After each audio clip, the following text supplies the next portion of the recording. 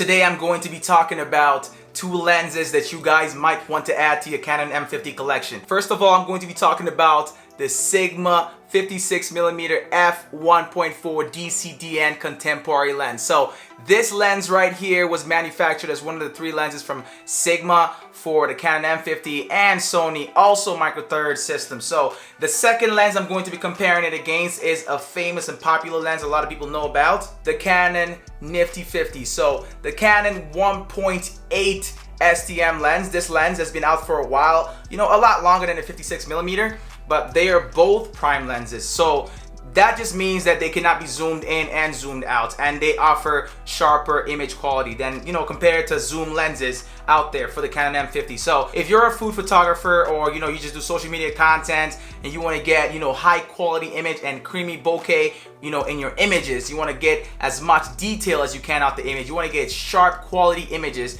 then you want to get one of ththese lenses because it'll be awesome for doing stuff like that. So I use it for my Instagram pictures, I use it for some B-roll content. I'm gonna use it for a lot of B-roll content because now I have 30mm. If you haven't seen my review on that, make sure to check that out as well. But let's get back to this one. So if you're interested in figuring out which of these lenses to buy, because the big difference between the both of them is the prices. I'm gonna let you guys know that right now. We're going to start the comparison of both lenses with the build quality. So when it comes to the Canon 50mm, to be honest with you, it's been out longer, like I said, and it's also extremely cheap. I'm gonna get to the price later. So the build quality is not the best. It's more plasticky. It feels like if it drops, it's going to break. I'm not even joking with you guys right now. This thing does not feel like it's too solid, or you just don't drop it. That's my advice, is do not drop the lens. Just do not drop the lens. It feels like it was not, built to last. If you drop it. On the other hand, the 56mm here has more of a better build quality. It feels solid, it's heavier.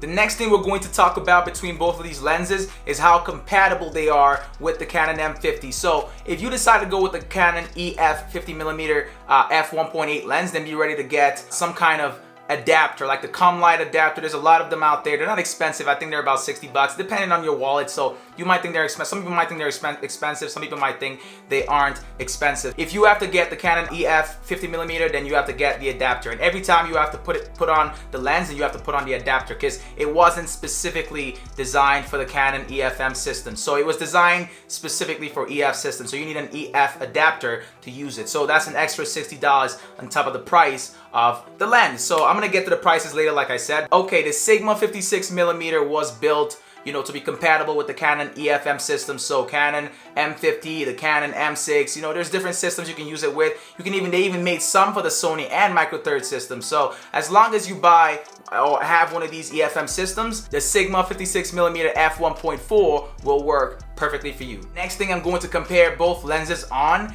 is the speed of the autofocus. So a lot of people don't really care too much about the speed of the autofocus, but when I shoot video, I want my autofocus to be lightning fast, as fast as possible. So when I switch between different points, from one subject to another, I want the autofocus to be smooth. I don't want that transition to be quick. When you use the 56mm and the 50mm, or you compare both of them, then you'll notice that the 50mm is slightly slower, or I don't know, it's noticeably slower than the 56mm when it comes to autofocus. In that department, the 56mm is a complete winner. Next thing I'm going to talk about is the weight of each of these lenses. When it comes to lenses, weight is a very strong deciding factor because no one wants to walk around with a massive, a lens that's just heavy and just too large. So you gotta decide what you want before you go ahead and buy one of these lenses. If you're looking for a lighter lens or a lighter setup, then you might want to go with the 50mm. The 56mm is a bit heavier than the 50mm, even with the adapter attached to the 50mm.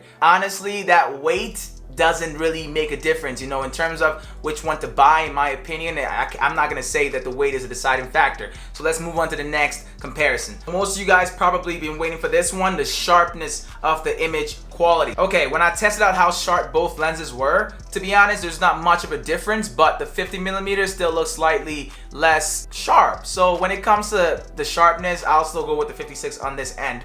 But like I said, when we get to the price, you guys gonna understand why, one is more sharper than the other, or why one is, has a better build quality and stuff like that. They're both great lenses for what they offer, which are pretty much similar what they, can do, but choosing which one has to be really strategic. So you got to choose it based on what you're looking for. Okay, the next thing I'm going to talk about between both lenses is how good they are at, what they do. So they're both good for portrait photography, close-up shots, food photography, B-roll shots, product shots, stuff like that. Anything that involves, trying to isolate a subject and getting rid of everything around it. A bokeh kind of effect if you're looking for that. You can use a lens without having the bokeh effect, but I'm saying if that's your primary goal, then you want to get one of these fast prime lenses. Finally, we're going to talk about the pricing of both of these lenses. The Sigma 56mm costed me about $370 US.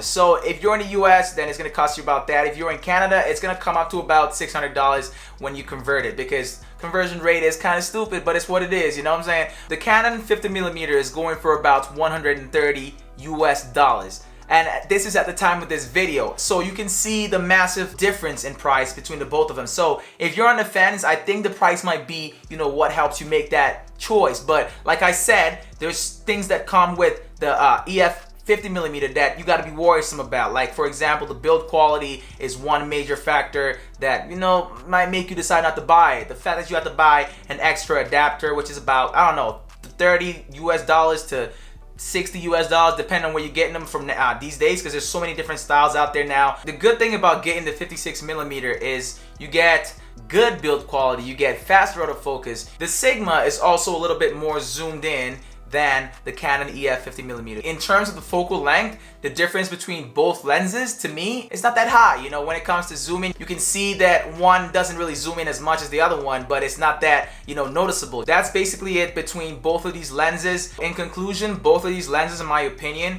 are awesome. They're superb lenses. They do whatever job they've been designed to do properly. And the Canon 50mm, I would suggest, beginner photographers should try it out, get a hang of prime lenses, because most other prime lenses, they're more expensive, and a prime lens, like I said, is one of the best kind of lenses you can get, especially for the Canon M50. That way, you get good sharp image qualities, good sharp video quality, all that stuff. Okay, so let's outline the main differences between both of these lenses. The sharpness of the image quality, the build quality of both lenses, the speed of the autofocus, and finally, the price.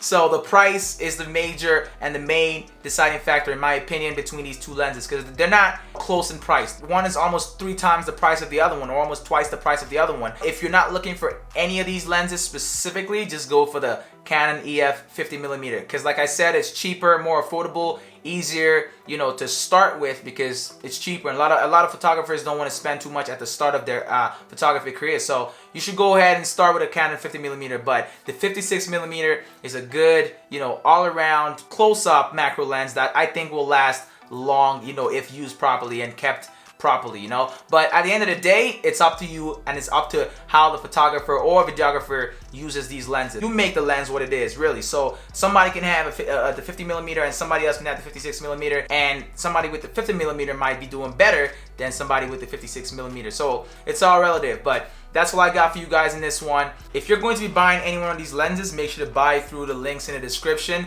Those are affiliate links, so I will be making a small commission, and I would really appreciate it. Otherwise, if you enjoyed the video, make sure to give it a thumbs up. Subscribe if you're new to my channel. I will be doing a lot of Canon M50 content for anyone else out there that's got Canon. Let me know down in the comment section if you have any questions or any suggestions for any kinds of videos that you guys want to see. Help you guys get started on your YouTube channels. If that kind of stuff interests you, then maybe subscribe. But if you enjoy this kind of content, make sure to check out the video on the screen right now, and I will catch you guys in my next video. It's Midas, and I am out, y'all.